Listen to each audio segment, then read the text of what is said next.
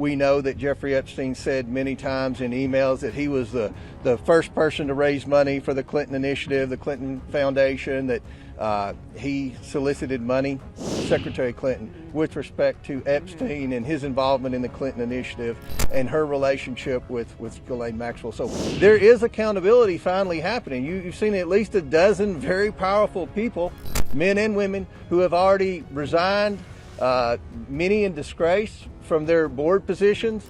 So we're seeing accountability, but we have a desire to see a lot more accountability of Epstein, the investigation. I think we all agree the government failed. The government failed the victims. And what our role is, we can't prosecute anyone.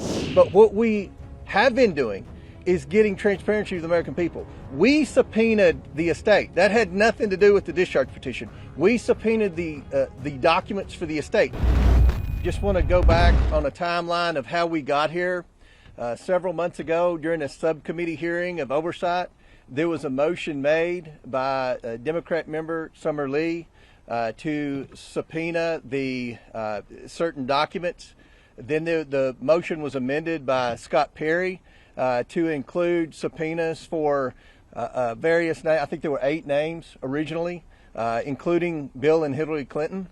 Everyone that was included in that subpoena has already either been interviewed by the Oversight Committee or sent in a statement that they had never met Epstein and had no knowledge of the investigation, except the Clintons.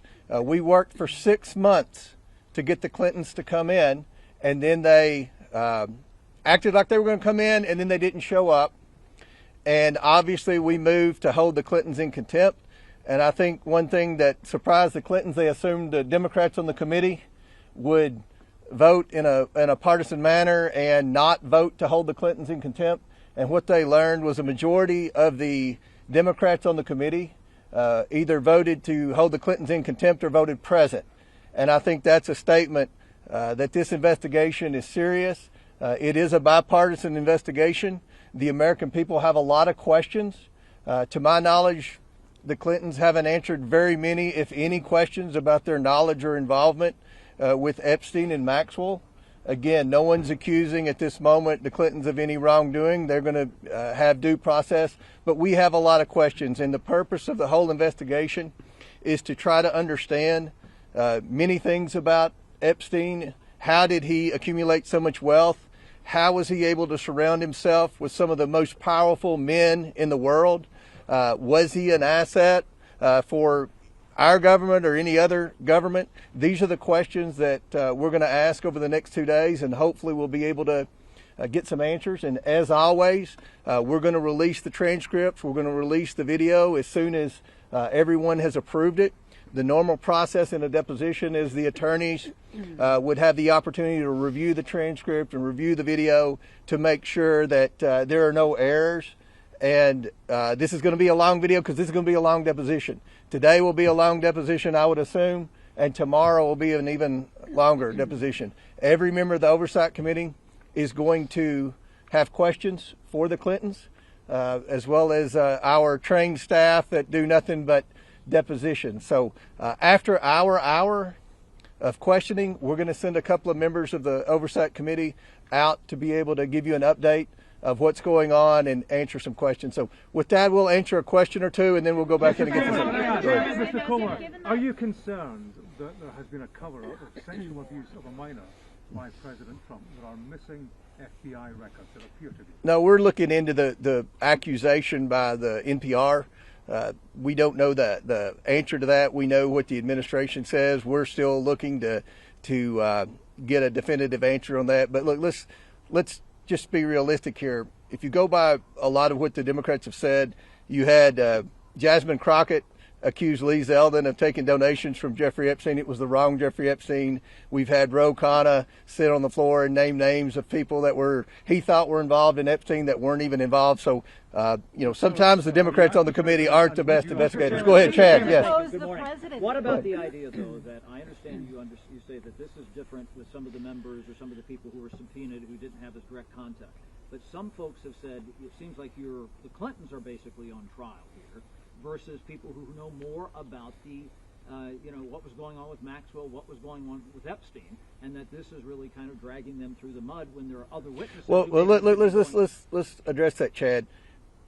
The Democrats voted to subpoena the Clintons. The Democrats voted with the Republicans to hold the Clintons in contempt. Mm-hmm. So the Democrats have just as many questions for the Clintons as the Republicans. So this isn't a partisan witch hunt. This was a motion, a bipartisan motion, mm-hmm. supported by the Democrats mm-hmm. to bring the Clintons in. So I don't think it's any type of being unfair in any way to the Clintons. They've never answered questions, unlike President Trump, who gets questioned every day by just about every one of you about his knowledge or involvement with Epstein. To my knowledge, the Clintons haven't answered very many questions about Epstein. So we'll do one more question. Go ahead. In the spirit of bipartisanship, would you then ask the Commerce Secretary Howard Lutnick to come testify? It seems like he has some information. Mm-hmm. That's very possible, and I think I think it's a good possibility that his name will arise in some questioning today. It'll be on my list, and I have an email I printed off for Hillary to ask about Howard Lutnick today. Okay. So God's watching. We're asking again, and I want to remind everyone: we've already brought in Alex Acosta and Bill Barr for depositions. That's two Republicans in the Trump administration. So this isn't just about Democrats. This is about anyone that has any knowledge of Epstein, the investigation. I think we all agree the government failed.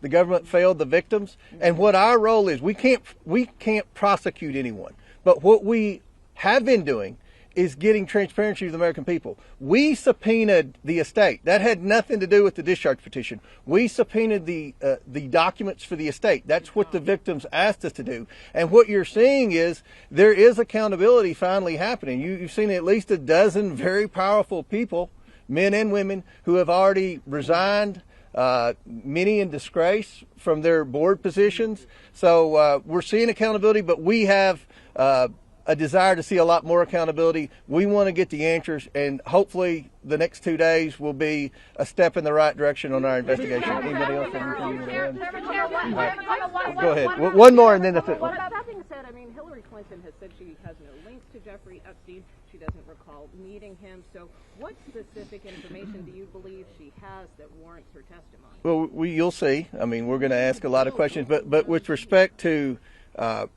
when you look at all the co-conspirators, and we've all seen the unredacted documents, Maxwell was the main co-conspirator. No one brought more women in and lied to more women about what was going to happen with their involvement with Jeffrey Epstein than Ghislaine Maxwell.